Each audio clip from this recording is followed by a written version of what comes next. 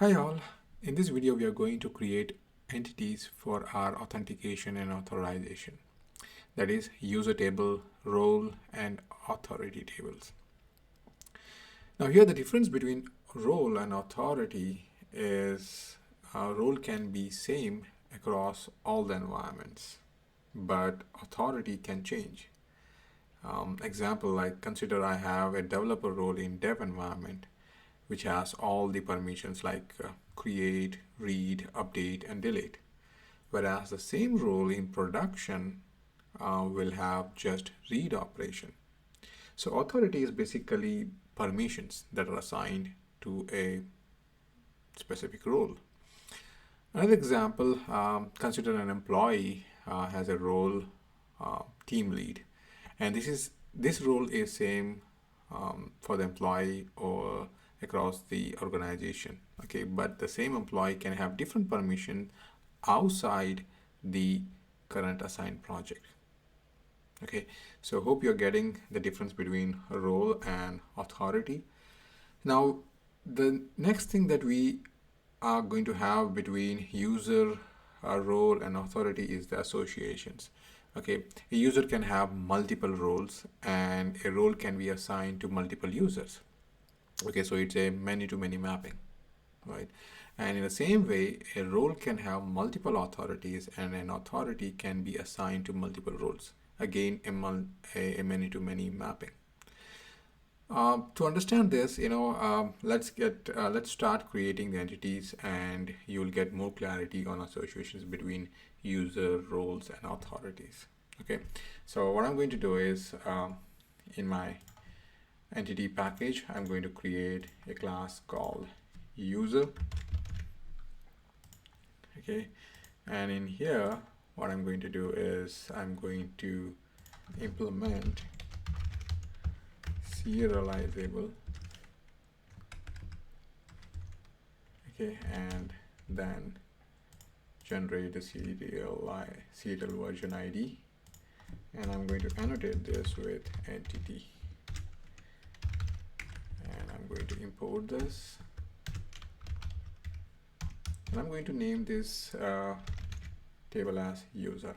Okay, and let me remove these comments here, and then every table needs to have a primary key, so I'm going to create a primary key integer, and I will set this as ID, and the same way I will say private, and then I'm going to have columns like first name, last name, email ID, password,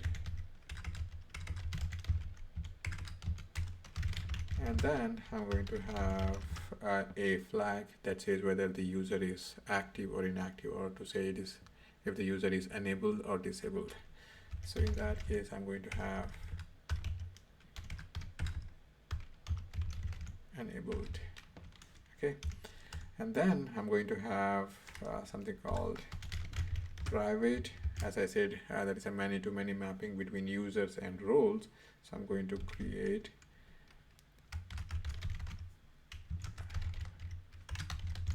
a roles property, and you're getting compile terminal because we don't have the role class created yet. So let's do one thing. Let's go and create a role class. Okay, and I'll follow the same thing here. Entity, and the name is going to be role.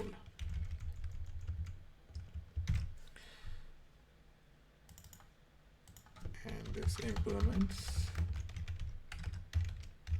serializable.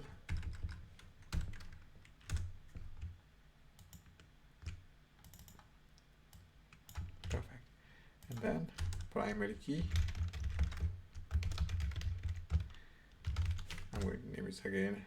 I'll have this as ID, and then the column called name. This is going to be the role name, and then I'm going to have the collection, that is many-to-many mapping for user. Okay, and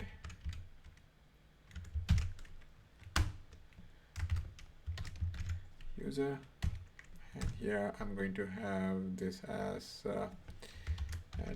many-to-many mapping, and I'm going to name this as mapped by roles, because, and this is nothing but the property that we have in user class. If you see here, this is what this mapped by refers to.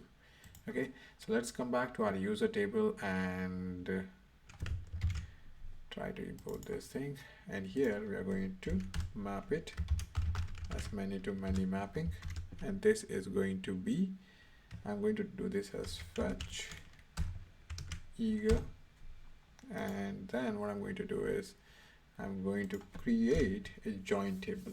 Now what this join table is going to do is, in the backend, as we know that JPA is basically a specification, right? And we're using Spring Data JPA, and in the core we are going to use Hibernate as the implementation. And what it's going to do is it's going to create a table, a separate table with the mapping of users and the roles. Okay, so that is what we are going to achieve by using join table. Okay, and here I'm going to name this table as users roles. Okay, and then what I'm going to do is I'm going to use join columns and join column, and this is going to be name. I'm going to name this as user ID, and then reference column name, and this is going to be ID. So what this is basically doing, is it is going to create a column called user ID, and the reference column name is ID. That is the ID that is this. Okay, and the same way what I'm going to do is next is I'm going to add a role, and I'm going to do this inverse columns, and again join column name. I'm going to give this name as role ID, reference column name, and this is again the ID column of role. Okay, so what this is going to do, it's going to create a table called user roles, and it's going to create user ID column and the role ID column, and basically this is referencing the ID column of the role table, whereas here this is reference to the ID column or the primary key of the user table. Okay, so hope you are getting that. So next what I'm going to do is I am going to make the integer ID as to tell Hibernate this is the primary key. Okay, so use the ID annotation, and this is going to be auto generated. So I'm going to do this as generated value, and strategy I'm going to use it as auto. Okay, perfect.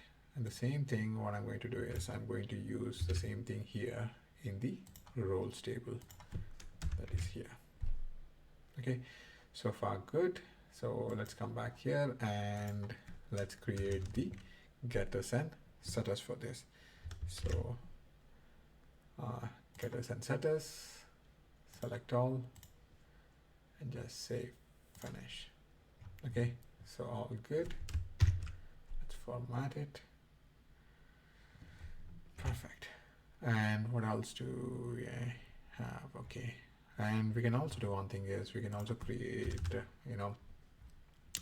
hash code method and equals method. We can override those things too. So let's do that.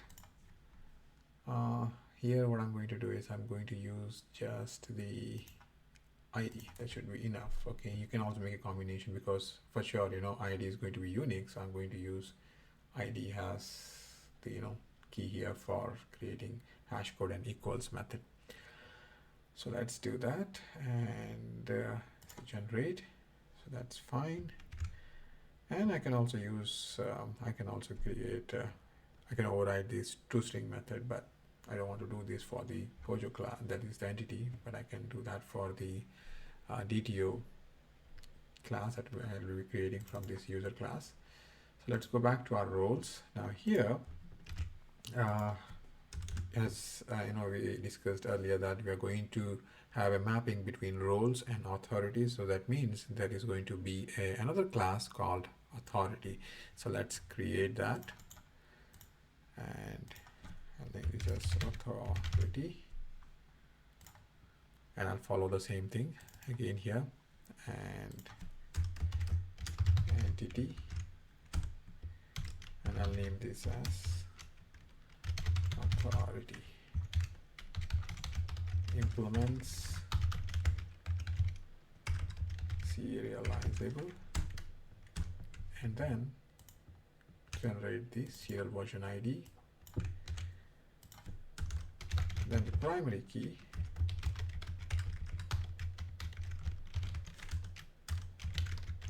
and then I'm going to have the name of the authority, that is the name column, and then we're going to have set of role is going to be roles.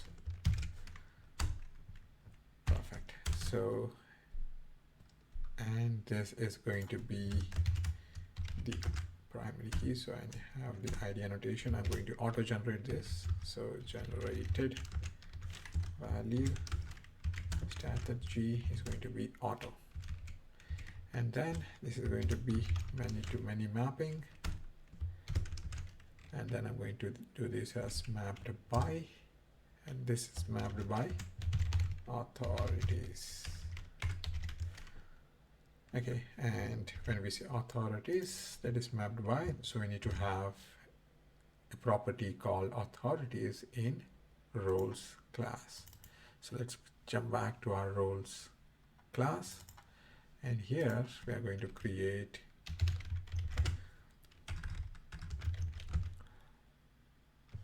set authority, and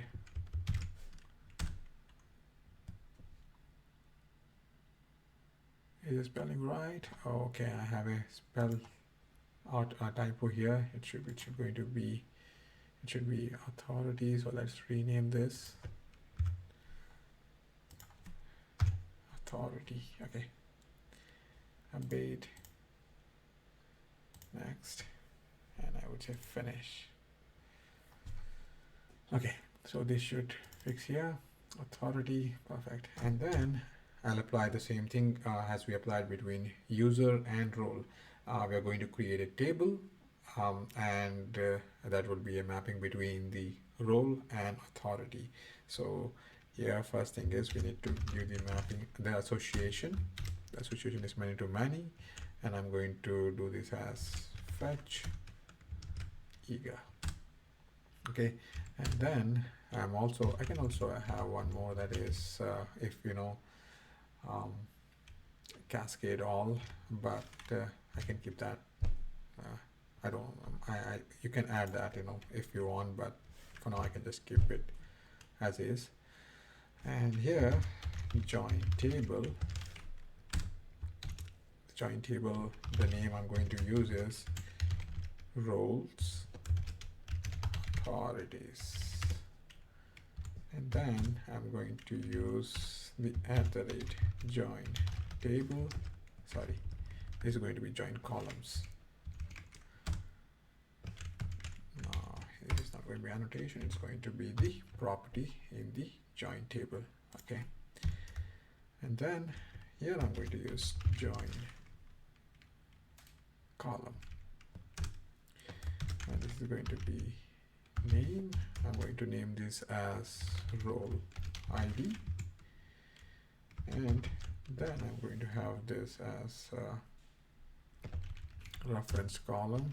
This is going to be the ID, and this is a reference again to the role table, the primary key. And then I'm going to have inverse columns, and then I'm going to have again the same thing, join column, name this as authority ID. Okay, and then a reference column name as ID. Perfect. So what it's going to do, it's going to create a table with the roles authorities, and the column is going to be role ID and authority ID, and the references are going to be from respective tables. Okay, perfect. So let's now create getters and setters, and select this. Perfect. And also the hash code method, and I'm going to use just the ID because this is going to be unique ID. So that's it, and let's format this. Perfect, and clean up. So now our roles entity is done, and the same thing here. We also have the user table, that is user entity, done, and then finally come back to our authority table, and authority table, let's create the getter setters, select all, and finish. And also I'll have the hash code method and equals method overridden. I just need his ID and generate. Perfect.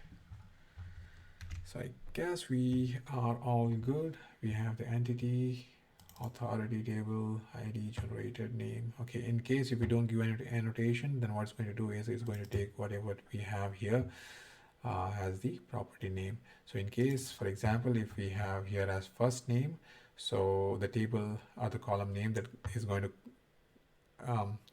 it's going to create first name underscore first underscore name. So it's kind of like, camel case. So it's going to take underscore. Okay. So with that, I guess we are good with our entity classes. Now let's go and create the repositories. So we're going to have two repositories. One is the user repository and the other one is the role repository, because we need to create users as well as we need to also create roles, right? And those roles will be assigned to the users.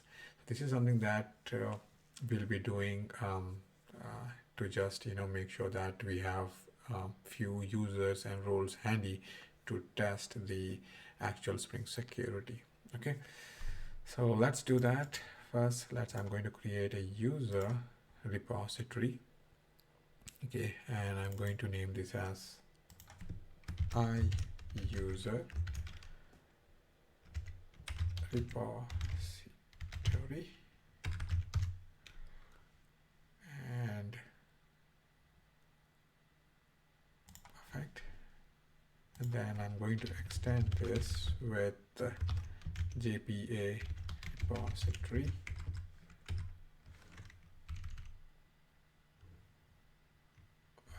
Okay, JPA extends JPA repo. Okay, sorry, it should be an interface. Okay. Now it should be good. And then I'm going to use the user, and then the ID is of type integer. This is going to be the user. Perfect.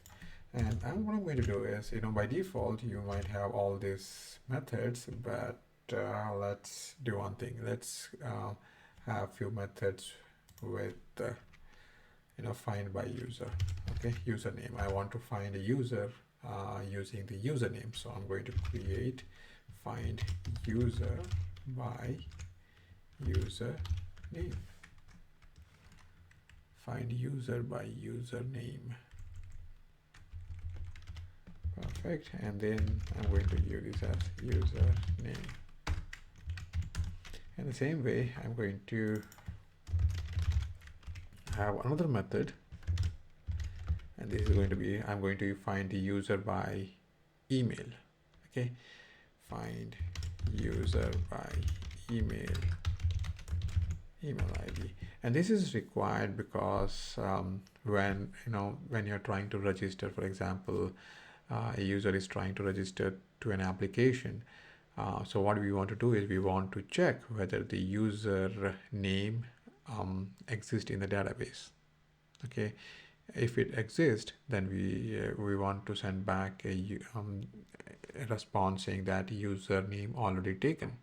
And the same thing if the user uses in the same email ID which is already there in the database, so we need to send back and say that user email ID is already present in the database.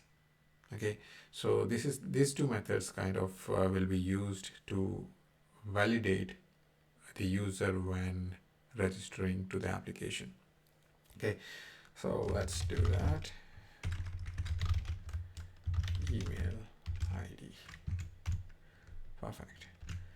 So we have this, and then we need to create a role repository. So let's create that. Am I creating an interface? Yes. Role repository. Perfect. And then same extends JPA repository role, and this is of type integer. Perfect. And then we are going to have a method here with that says find by name, and that's it. And next, the final one is the authority. So let's create an interface that says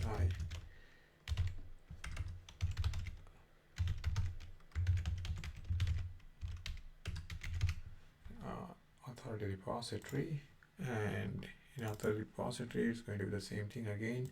I'm going to extend it with JPA repository.